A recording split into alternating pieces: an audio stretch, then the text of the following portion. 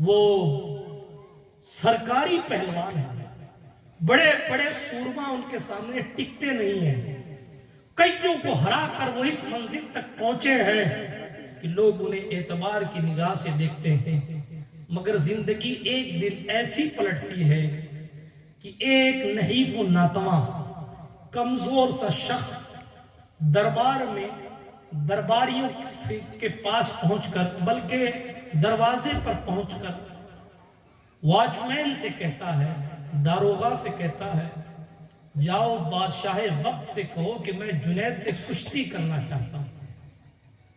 لوگ کہتے ہیں تیرا دماغ خراب ہو گیا ہے، تیرا وجود دیکھا ہے، جنید ایک مار دے گا تو تو اوپر پہنچ جائے گا، تو لڑنے کی بات کرتا ہے۔ یہ کہہ کر داروغہ اس کو بھگا دیتا، واچ مین بھگا دیتا۔ وہ کئی مرتبہ جب آ گئے تو جناب دربار میں جا کر یہ کہا گیا، حضور کوئی آتا ہے اور جنید سے لڑنے کا چیلنج کر کے جاتا، اور اس کی کیفیت یہ ہے کہ وہ زمین پر برابر کھڑا نہیں ہو سکتا، وہ اتنا کمزور ہے۔ توجہ ہے آپ کی؟ پیچھے والے سن رہے ہیں؟ اچھا پیچھے والے ہاتھ اٹھا کر کہیں یا علی، نہیں وہ بالکل پیچھے والے اپنے آپ کو آگے والا سمجھتے ہیں کیا؟ ہاں آپ آگے نہیں بیٹھے، آپ پیچھے بیٹھے، بالکل پیچھے والے ہاتھ اٹھا کر کہیں یا علی۔ ہاں چلیں، عرض یہ کر رہا تھا، آخری بات بیان کو مکمل کرتا ہوں۔ میں نے کہا نسبت ایک ایسا موضوع ہے، خوب لمبی باتیں اس کی، نسبت ہی نسبت ہے، ان کی نسبت کا تاج رکھتے ہیں، ہر مرض کا علاج رکھتے ہیں۔ خوف کیوں ہو ہمیں یزیدیوں کا، ہم تو حسینی مزاج رکھتے ہیں۔ نسبت کی بات تو ہے جبھی تو تاج رکھتے ہیں، نسبت ہے تبھی تو یہاں بیٹھے، نسبت کی بنیاد پر بلندی ملتی ہے۔ جنید بغدادی پہلوان ہیں، نسبت کی بات بتا رہا ہوں، عظیم اہل بیت، اور بات کو ختم کرتا ہوں۔ قصہ بڑا مشہور ہے مگر میرا جی چاہ رہا ہے کہ سنا دوں، ہو سکتا ہے آپ نے سنا ہوا ہو مگر مجھ سے آج سن لی۔ سرکار جنید بغدادی ابھی سید الطائفہ کے لقب حاصل نہیں کر پائے، ابھی ولیوں کے سردار کی منزل پر نہیں ہے، ابھی وہ ایک پہلوان۔ اس قصے کو علامہ ارشد القادری نے لکھا ہے، سنیے۔ پیغام پہنچایا گیا کہ بادشاہ سلامت، گورنر صاحب جنید سے کوئی غریب لڑنا چاہتا ہے۔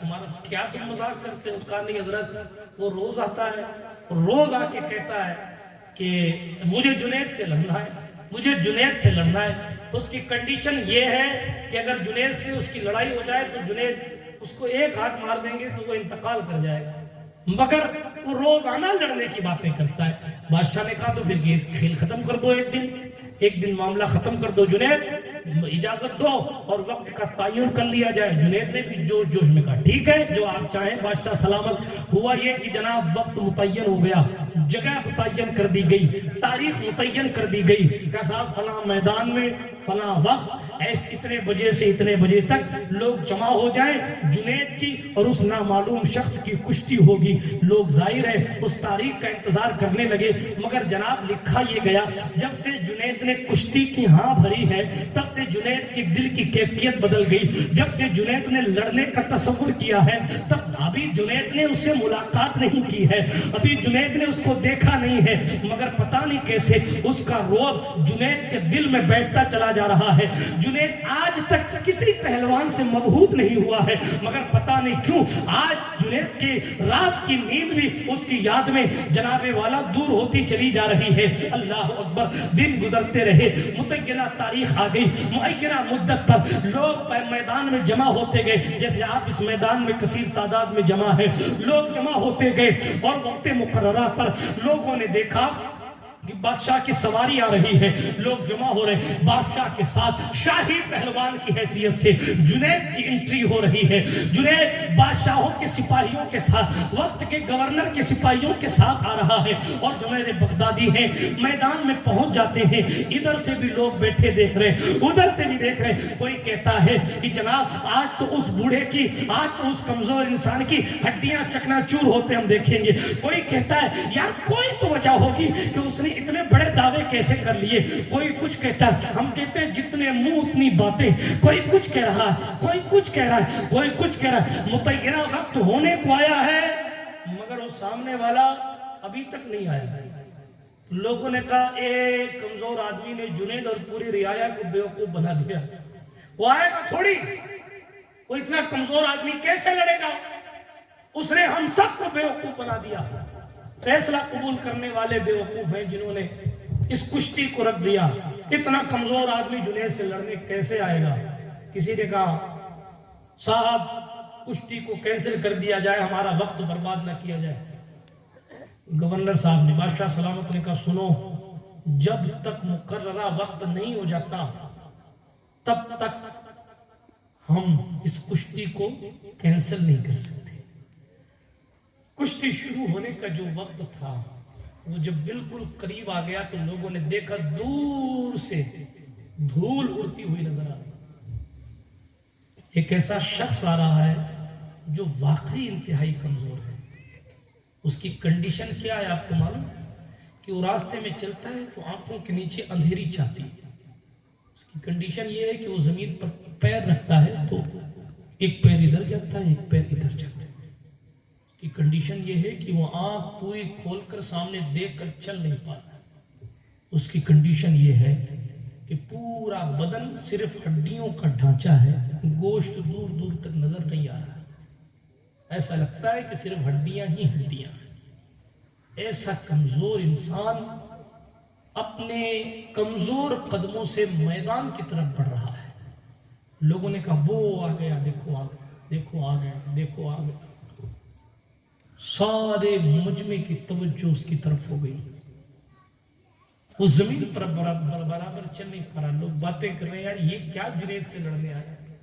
بڑے بڑے پہلوان جس کے سامنے ٹکے نہیں، وہ ریاست کے سب سے بڑے پہلوان سے جنگ کرنے آیا، کشتی کرنے آیا۔ اللہ اکبر۔ خیر لوگ باتیں ہی کرتے رہے اور وہ کمزور سا آدمی کشتی کے میدان میں پہنچ گیا۔ جب وہ کشتی کے میدان میں پہنچا، اللہ اکبر، اس سے پہلے کہ کشتی شروع ہو جنید بغدادی اس کو دیکھ رہے ہیں اور دیکھ کر اپنے دل میں ایک عجیب سی کیفیت محسوس کر رہے ہیں۔ ہمت نہیں ہو رہی ہے کہ اس کے خلاف کچھ بولیں یا کچھ کریں۔ جنید خود حیران ہے کہ آج مجھے یہ کیا ہو گیا۔ اس سے پہلے کہ کشتی شروع ہو دونوں کشتی کرنے والوں کو گلے ملایا گیا کہ ایک بار گلے مل لو پھر کشتی شروع کرو۔ آج کے دور میں ہاتھ ملایا جاتا ہے، اس دور میں گلے ملے۔ جیسے ہی گلے ملے دیور والوں نسبت دیکھیں آپ، جیسے ہی گلے ملے، گلے ملتے ہی اس کمزور اور ناتواں شخص نے جنید کے کان میں، سرکاری پہلوان کے کان میں کہا جنید میں جانتا ہوں کہ تمہارا میرا کوئی مقابلہ نہیں ہے۔ جنید میں جانتا ہوں کہ تمہاری طاقت کے سامنے میری جسمانی طاقت کوئی حیثیت نہیں رکھتی۔ جنید میں جانتا ہوں تم نے بڑے بڑے سورماؤں کو ہلا کر مٹی میں ملا کر رکھ دیا ہے، مگر جنید میں ہوں تو کچھ نہیں۔ جس رسول کا کلمہ پڑھتے ہو اس رسول کے خاندان سے میرا تعلق ہے۔ جنید سیدہ زہرا کے گھر کی بچیاں بدن پر کپڑے اور پیٹ میں کھانا نہ ہونے کی وجہ سے جنگل میں پتوں سے اپنے آپ کو چھپائے بیٹھی ہیں۔ جنید ہمارے پاس کھانے کے لیے کچھ نہیں ہے، ہم کئی دنوں سے بھوکے ہیں، چونکہ سید ہیں اس لیے ہاتھ بھی نہیں پھیلا سکتے، لیکن پوری ریاست میں یہ مشہور ہے کہ کوئی اگر جنید کو ہرا دے گا تو وہ اتنے سونے کے سکے، چاندی کے سکے انعام میں پائے گا۔ اے جنید آج میں تیرے پاس اس لیے آیا ہوں، میں نے کشتی کا دعویٰ اس لیے کیا ہے تاکہ تم ہار جاؤ. تم ہارو گے، مجھے پیسے ملیں گے اور میں سرکار رسالت مآب کے گھر کے بیٹے بیٹیوں کو لے جا کر کھانا کھلاؤں گا. میں بدلے میں تمہیں کچھ دے تو نہیں سکتا، مگر جنید میرا وعدہ ہے، ایک سید کی زبان ہے، قیامت کے میدان میں جب نانا جان کے سامنے آؤ گے تو میں اپنے نانا سے کہہ کے تمہاری دستار کرواؤں گا، اپنے نانا سے کہہ کے تمہیں جنت میں لے جاؤں گا. اللہ اکبر. ادھر ان کی زبان سے یہ جملے نکل رہے ہیں، ادھر جنید بغدادی کی آنکھیں برس رہی ہیں. رو رو کر جنید کا برا حال ہے. جنید بغدادی سے انہوں نے کہا کشتی شروع کی جائے. اللہ اکبر. جنید کشتی شروع کی جائے. اللہ اکبر. میچ ریفری بھی کھڑا دیکھ رہا. پوری ریاست کی وہ عوام جو وہاں بیٹھے ہیں، ساروں کی نگاہ ڈٹی ہوئی ہے کہ جنید کون سا پنچ مار کے اس کمزور کو ایک لمحے میں زمین پر گرا دے گا. مگر جنید نے کہا سید زادے، ہماری کشتیاں کیا، ہماری تو زندگیاں بھی آپ کے قدموں میں قربان ہیں. آپ ہارنے کی بات کرتے ہیں، میں تو اتنی اوقات بھی نہیں رکھتا کہ میں جھوٹ بھی ایک پنچ آپ کو مار دوں. میں زمین پر لیٹ جاتا ہوں، آپ میرے سینے پر بیٹھ جائیے گا تاکہ دنیا دیکھ لے جنید کل بھی سیدوں کا غلام تھا، جنید آج بھی سیدوں کا غلام ہے. تاکہ دنیا دیکھ لے، تاکہ دنیا دیکھ لے کہ آپ جیت گئے، جنید ہار گیا. مورخ لکھتا ہے کہ اس سے پہلے کہ کشتی شروع ہو سارے لوگوں نے دیکھا بڑے بڑے سورماؤں کو مٹی میں ملا دینے والا جنید خود بخود زمین پر لیٹ گیا اور سید زادہ اس کے سینے پر سوار ہوا اور میچ ریفری نے اس سید کے جیتنے کا اعلان کیا. نعرہ تکبیر! اللہ اکبر! نعرہ تکبیر! اللہ اکبر! نعرہ رسالت! نعرہ رسالت! یا رسول اللہ! برادران ملت اسلامیہ، سرکار جنید بغدادی زمین پر آ گئے. وقت کے عہدیداروں نے کہا نہیں، اس میں کچھ گڑبڑ ہوئی ہے، دوبارہ کشتی کرائی جائے، اس لیے کہ اتنا بڑا پہلوان ہار کیسے سکتا ہے. اللہ اکبر کبیرہ. جنید بغدادی ہیں، پھر کھڑے کیے گئے، پھر کشتی شروع کی گئی. پھر کہا اے رسول اللہ کے خاندان کے فرزند، میری حیثیت نہیں کہ میں آپ کو ایک تھپڑ بھی ماروں یا آپ کو جھوٹ میں ہی دھکا دوں. میں پھر لیٹ جاتا ہوں، آپ میرے سینے پر بیٹھ جائیے گا، آپ کی جیت ہو جائے گی اور آپ کو انعام دے دیا جائے گا. تاریخ کے اوراق گواہی دیتے ہیں. اللہ اکبر. جیت پھر دوبارہ ان کی ہوئی، انعام ان کو دے دیا گیا. کمزور آدمی نے انعام لیا اور وہ پلٹ کر چلا گیا. آپ کو معلوم ہے علامہ ارشد القادری رئیس القلم نے لکھا کہ جناب ابھی تک تو لوگ جنید کو اپنا آئیڈیل مان رہے تھے، اب نوجوان جنید پر لعنت بیچ کر جا رہے ہیں. اب حال یہ ہے، ابھی تک تو جنید کی کنڈیشن یہ تھی کہ لوگ جنید کی طرح ہونا چاہتے تھے، اب حال یہ ہے کہ جنید کے جسم کے قریب سے جا رہے ہیں. جنید چت پڑے ہوئے ہیں، لیٹے ہوئے زمین پر، اور ان کے قریب سے لوگ جا رہے ہیں اور کہتے ہیں جنید تو نے ہماری عزتیں مٹی میں ملا دی، تو نے ہمارا وقار مٹی میں ملا دیا، اتنے کمزور آدمی سے لڑ گیا، تو نے اپنی ساری زندگی کی محنت ضائع کر دی. کسی نے کچھ کہا، کسی نے کچھ کہا، کسی نے کچھ کہا. جنید آئے تھے شاہی انداز میں، مگر جنید کے ساتھ جانے والا کوئی بندہ نہیں ہے. اکیلے اٹھے اور جناب اپنے بوجھل قدموں سے اپنے گھر کی چار دیواری کے اندر اپنے بستر تک پہنچے. بستر پر لیٹے، آنکھ بند ہوئی، قسمت بیدار ہوئی. قسمت بیدار ہوئی. جیسے ہی سوئے خواب میں دیکھا وہ چاند سے چہرے والے مصطفیٰ تشریف لے آئے ہیں. حضور کی آمد ہوئی ہے، اور بلکہ انہوں نے یہ دیکھا کہ جناب مدینے سے ایک نور نکلا، اس نور کی روشنی بڑھی، بغداد معلیٰ تک آئی. بغداد کی سرزمین میں جنید بغدادی دیکھتے ہیں وہ نور میرے گھر میں چمک رہا ہے. جب غور سے دیکھا تو وہ نور کیا، وہ مصطفیٰ جان رحمت کی ذات ستودہ صفات ہے. مصطفیٰ خود تشریف فرمائے، کہا جنید کھڑا ہو جا. جنید بغدادی کھڑے ہو گئے. مصطفیٰ نے کہا جنید تو نے میرے خاندان کے ایک فرد کی عزت رکھی ہے، قیامت کا انتظار کس لیے؟ کھڑا ہو، میں آج ہی تیرے سر پر ولیوں کی سرداری کی چادر باندھ دیتا ہوں. آج کے بعد تجھے ولیوں کا سردار کہا جائے گا. جنید کھڑے ہوئے، حضور نے خود دستار فرمایا. خواب مکمل ہوا. سرکار جنید پاک نے دیکھا حضور تو نہیں ہے، مگر خوشبو بتا رہی ہے کہ حضور آئے تھے. دستار باندھی تھی، وہ دستار حضرت سرکار جنید کے پاس موجود تھی. دروازہ کھولا تو دیکھا وقت کے شہنشاہ نے اپنا تاج اتار کر جنید کے قدم میں رکھ دیا اور کہا جنید کل تو ہار کے بھی جیت گیا اور ہم تجھ سے الگ ہو کر ہار گئے. حقیقت تو یہ ہے کہ جیت تیری ہوئی. پیچھے سے کسی کہنے والے نے کہا جنید ولیوں کی سرداری مبارک ہو. پلٹ کر دیکھا تو وہی شخص جس کو جناب والا حضرت جنید بغدادی نے اپنے سینے پر بٹھایا تھا، وہی کہہ کر رواں دواں ہو گیا. ایک تاریخ کا قصہ ہے جو سرکار جنید بغدادی کی وفا کی باتیں کرتا ہے، باتیں بتاتا ہے. بہت سے ایسے قصے ہیں. نسبتوں کے فائدے نے بندے کو کہاں سے کہاں پہنچایا. زمزم بھی ایک پانی ہے مگر اس کی نسبت اسماعیل سے ہے، اس لیے جناب والا اس کا مقام بڑا ہے.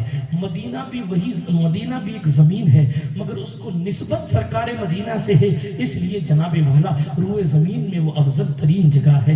نسبتوں سے شے ممتاز ہوتی ہے، نسبتوں سے چیزیں ممتاز ہوتی ہیں.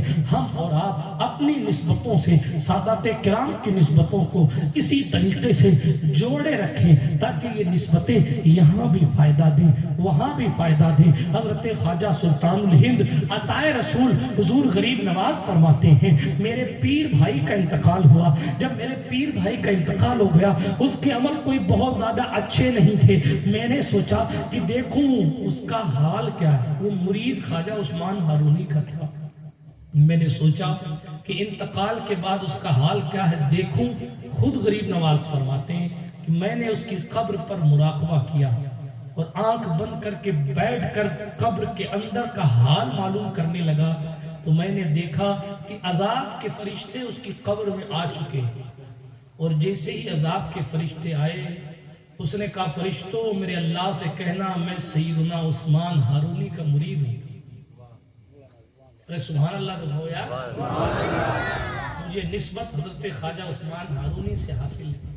میں عثمان ہارونی کا اس کی راوی کوئی اور نہیں ہے. حضرت قطب الدین بختیار کاکی نے اپنی کتاب دلیل العارفین میں حضور غریب نواز کا فرمان نقل کیا اور یہ دیکھنے والا کوئی اور نہیں خود غریب نواز ہے. توجہ ہے آپ کی؟ ادھر دیکھیں قبر کے کرنٹ کی بات ہو رہی ہے. یہاں زندگی نسبتوں کے ساتھ ساتھ نسبتوں کے تقاضے پورے کرتے ہوئے گزرے گی تو یہاں بھی فائدہ ہے وہاں بھی فائدہ. خواجہ عثمان پاک کا وہ مرید تھا کہ فرشتوں میرے اللہ سے کہنا میں عثمان ہارونی کا مرید ہوں. اتنا کہنا تھا. اللہ اکبر. خود غریب نواز سرکار فرماتے ہیں فرشتوں نے کہا ہم تو حکم خدا کی تعمیل کرتے ہیں. اتنے میں حضرت عثمان ہارونی کی روح پاک حضرت خواجہ عثمان ہارونی کی روح پاک اپنے مرید کی قبر میں تشریف لے آئی اور کہا فرشتوں میرے اللہ سے کہنا کہ یہ میرا مرید ہے. رب کی بارگاہ میں دعا کی میں نہیں کہتا. حضور غریب نواز فرماتے ہیں قدرت نے کہا فرشتوں تمہاری ڈیوٹی پوری ہو گئی تم چلے آؤ. ہمیں اس کے عمل نہیں دیکھنے ہیں عثمان ہارونی کی نسبت دیکھنی ہے. ہو پتھر لیکن حسین قدم رکھ دے تو کبھی دشت رہا ہوگا. اب رشک جنت کربلا ہو گیا کیونکہ ان کے قدم سے وہ کربلائے مولا مقدس ہوا. بغداد کی سرزمین پر اور بھی بہت تھے مگر شہنشاہ بغداد نے قدم رکھا تو آسمان نے بھی برس کر استقبال کیا. بہت ساری باتیں نسبتوں کے حوالے سے کی جا سکتی ہیں لیکن بات بڑی دیر سے چل رہی ہے اسی لیے میں آپ سے کہوں گا نسبت بڑی چیز ہے. حضرت یوسف علیہ السلام کہ اگر کسی کپڑے کو نسبت ہو جائے تو وہ نسبت والا کرتا یعقوب علیہ السلام کی آنکھوں کی روشنی لوٹا دیتا ہے. بال کو حضور سے نسبت ہو جائے تو ام سلمہ منہ مبارک سے منسوب پانی مریضوں کو پلاتی ہیں تو جناب والا مریضوں کو شفا مل جاتی ہے. امام زین العابدین کو خاندان رسالت سے نسبت ہو جائے تو حجر اسود ان کی باتوں کا جواب دینے لگتا ہے. یہ نسبتوں کی باتیں ہیں.